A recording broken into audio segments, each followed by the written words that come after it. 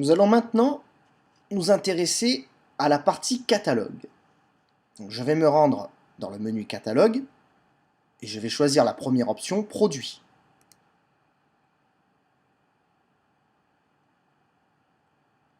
Depuis cette page, un récapitulatif de tous les produits en vente sur la boutique, ou plus exactement tous les produits présents sur la boutique, on verra pourquoi cette nuance, vous sont affichés. Afin d'éviter trop de doublons, je vais directement rentrer dans le produit iPod, mais j'aurais très bien pu créer un produit. Donc lors de la création d'une fiche produit,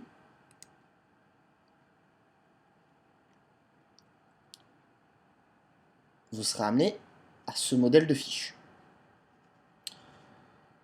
Il vous sera donné le choix de définir le type de produit, s'il s'agit d'un produit unique, d'un pack, un groupe de produits, ou encore de produits dématérialisés.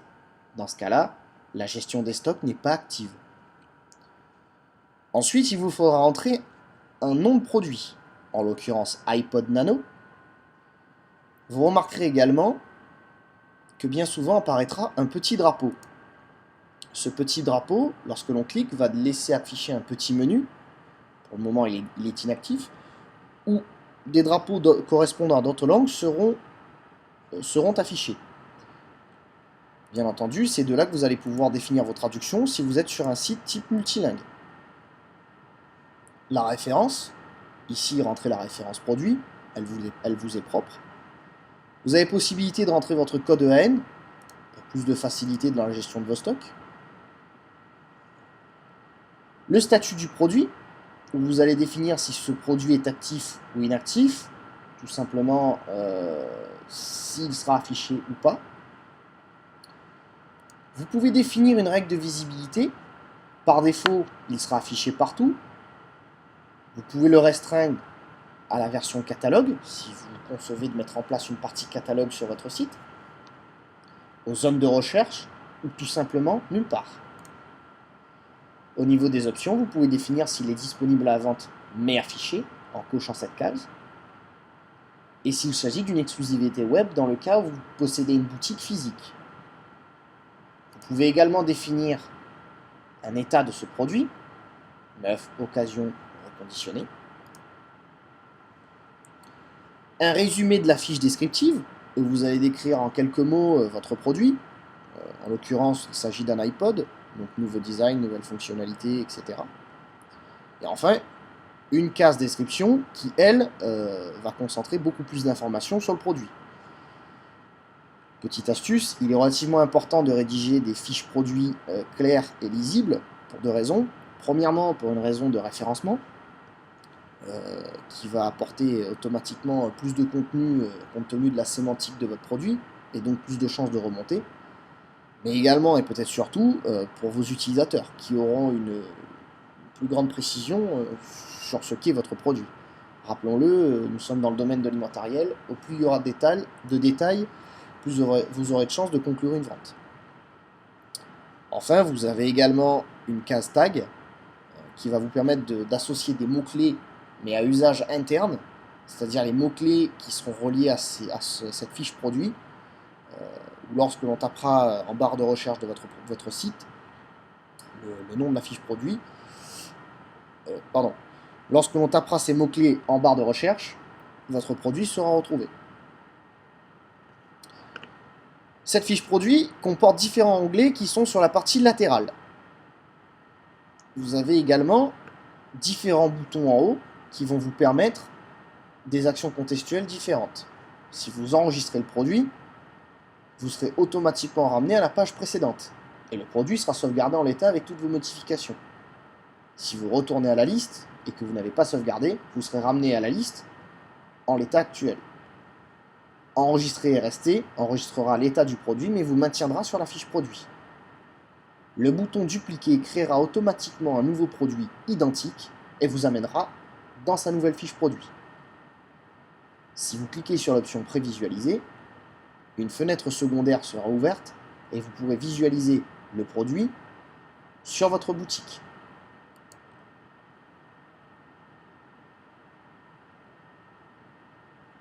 Nous arrivons donc sur la fiche produit, comme indiqué par le bouton.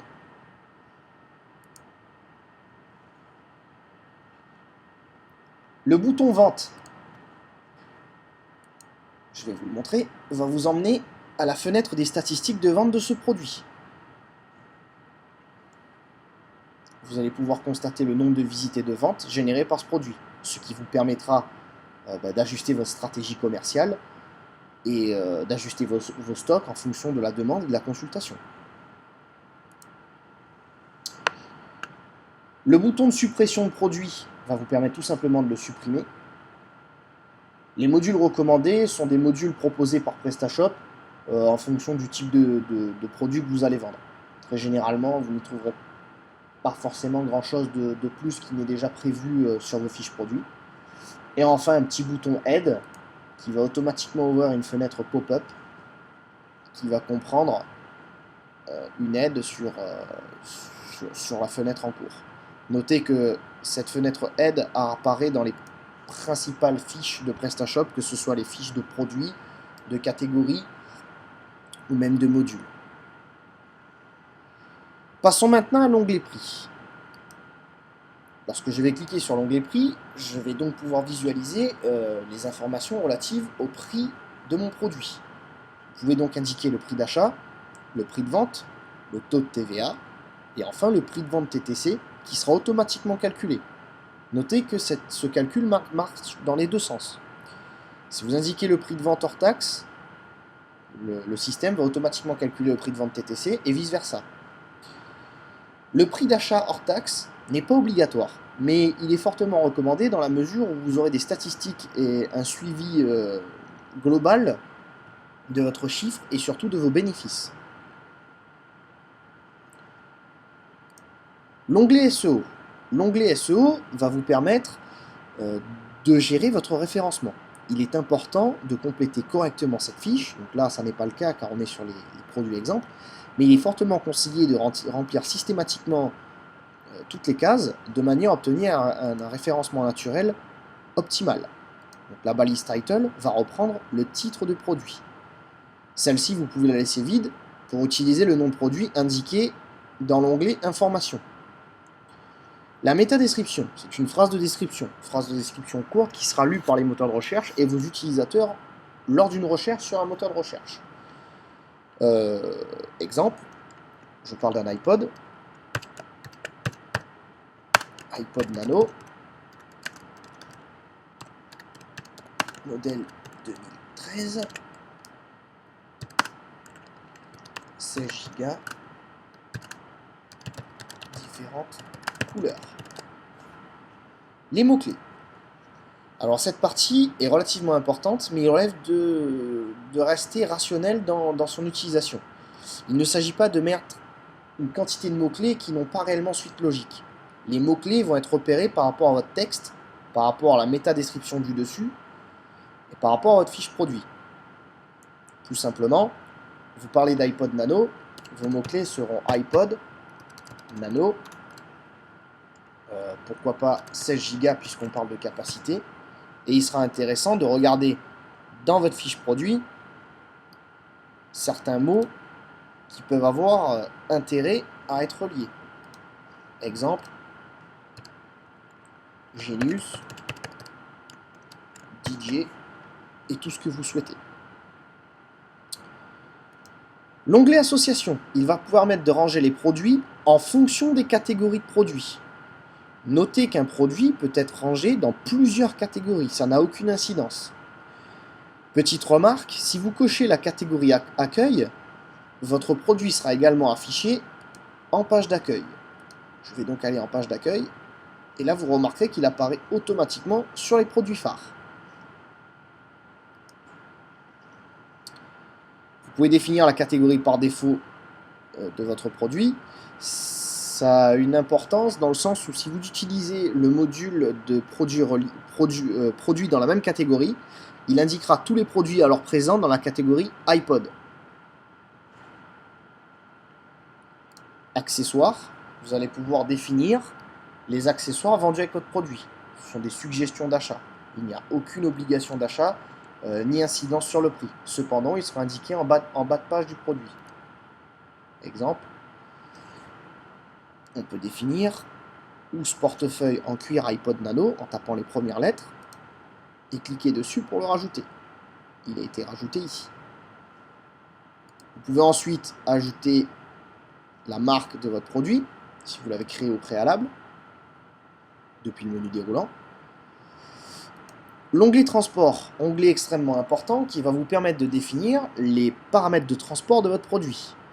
Il faut savoir que pour calculer vos frais de port correctement, il est essentiel que vous ayez rempli au moins le poids de votre produit, comme ceci, et au mieux toutes les indications de longueur, de hauteur et de profondeur. Cela va dépendre des transporteurs que vous utilisez. Certains vont réclamer d'avoir une unité précise, et plus vous serez précis, plus le système de calcul du site sera précis.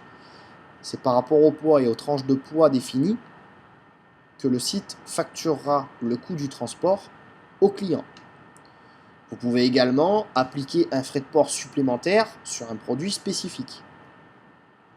Enfin, vous avez un résumé des transporteurs disponibles. Par défaut, aucun n'est sélectionné, ce qui se traduira par la possibilité pour le client de choisir n'importe lequel des deux transporteurs. Si vous souhaitez restreindre votre produit à un seul transporteur, il suffit simplement de sélectionner le ou les transporteurs que vous souhaitez affecter à ce produit. L'onglet déclinaison, onglet extrêmement important qui va vous permettre de gérer vos déclinaisons qui ont été créées au préalable dans l'onglet déclinaison. Vous le verrez plus tard. Cet onglet va donc vous permettre depuis ce que l'on appelle le générateur de déclinaison. Alors, avant toute chose, petite remarque, si vous cliquez sur ce bouton, il va vous emmener vers une fenêtre externe qui fermera vos projets en cours. Il est essentiel, si vous ne voulez pas perdre votre travail, de l'enregistrer et rester, de manière à pouvoir reprendre où l'on en était. Donc je vais donc me rendre sur le générateur de déclinaison. Voilà. Donc ici ont été sélectionnés par simple ajout. Donc pour vous expliquer ce que je fais avec le clavier, je clique sur la première couleur et je fais une sélection multiple, en général avec le bouton Shift de votre clavier, puis je vais faire ajouter. En l'occurrence, mes couleurs étaient déjà rentrées. Donc un tableau de la sorte va apparaître et il ne vous restera plus qu'à générer l'impact de prix à l'unité sur votre produit en fonction de la valeur de la déclinaison en cours. Donc ici, nous voyons que nous avons deux déclinaisons de produits, une déclinaison selon une capacité et une autre selon des couleurs, chacune comportant des valeurs différentes. Autre remarque importante, les capacités de déclinaison de votre site vont être impactées directement par votre hébergement. Dans le cas où vous avez des produits qui ont vraiment énormément de combinaisons multiples, nous vous conseillons de vous tourner vers votre webmaster pour trouver une solution adéquate, dans la mesure où le système n'est peut-être pas prévu pour gérer une quantité infinie de déclinaisons. Néanmoins, vous disposez de relativement de marge. Une fois les déclinaisons et les calculs définis, il ne vous reste plus qu'à cliquer sur le bouton « Générer les combinaisons ». Le site va donc automatiquement générer les combinaisons possibles selon vos critères et vos prix, de façon à ce qu'en fiche de calcul, le client possède un choix spécifique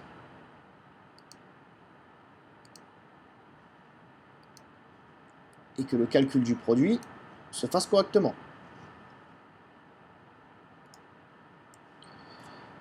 Nous allons maintenant voir l'onglet Quantité.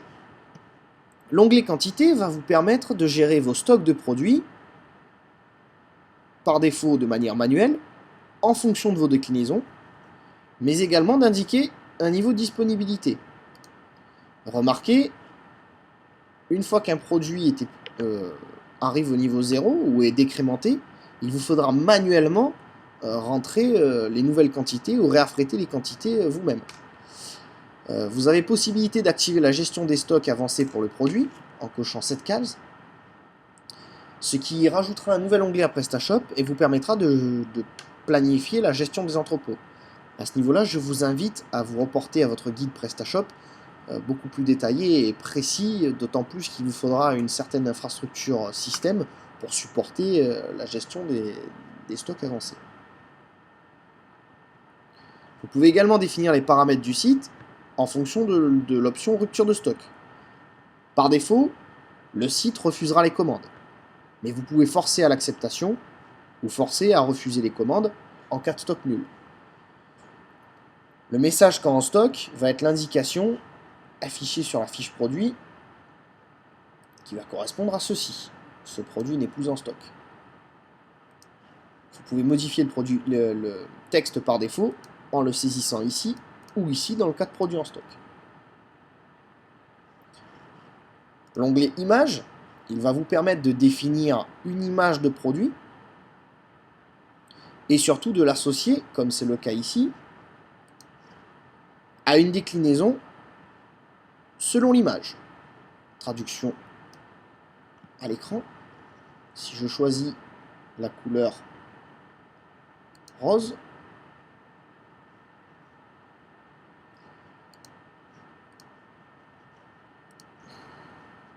comme vous pouvez le voir, ça ne marche pas.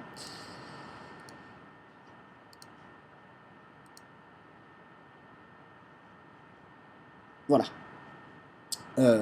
L'image associée correspond donc à la couleur que vous sélectionnez, en pratique.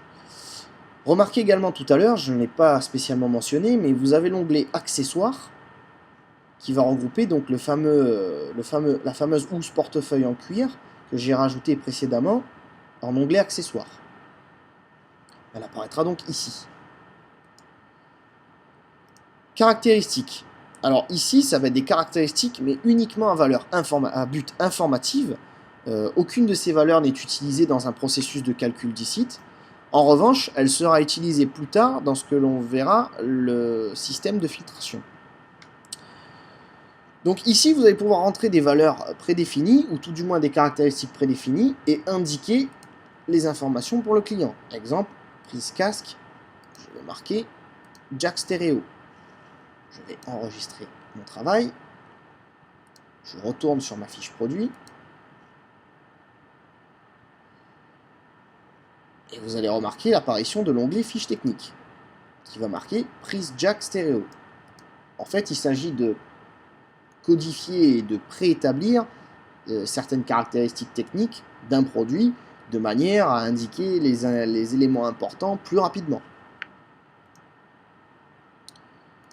L'onglet personnalisation va vous permettre de rentrer des champs fichiers ou des champs texte, c'est-à-dire des zones de texte vides que le client pourra remplir ou saisir, en plus de ce qui existe déjà sur la fiche.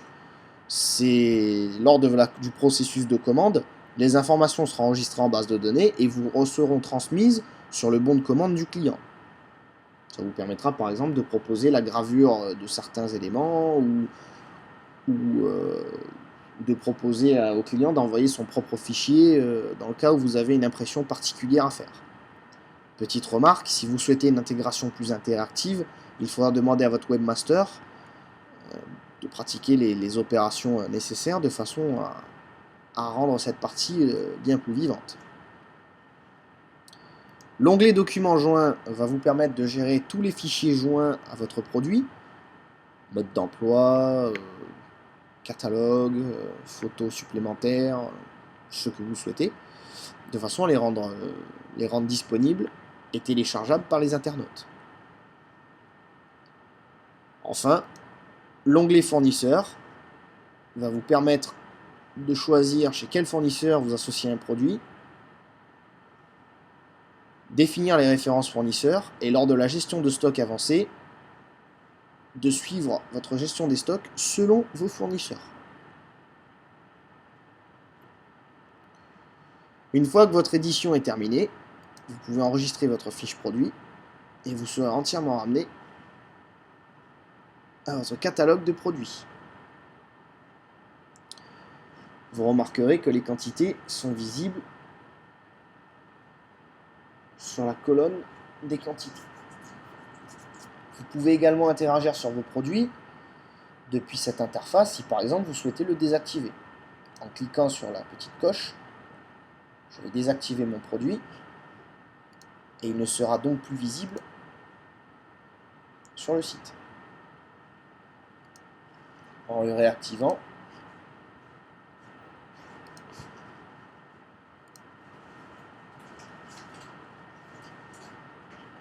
je retrouve donc mon produit.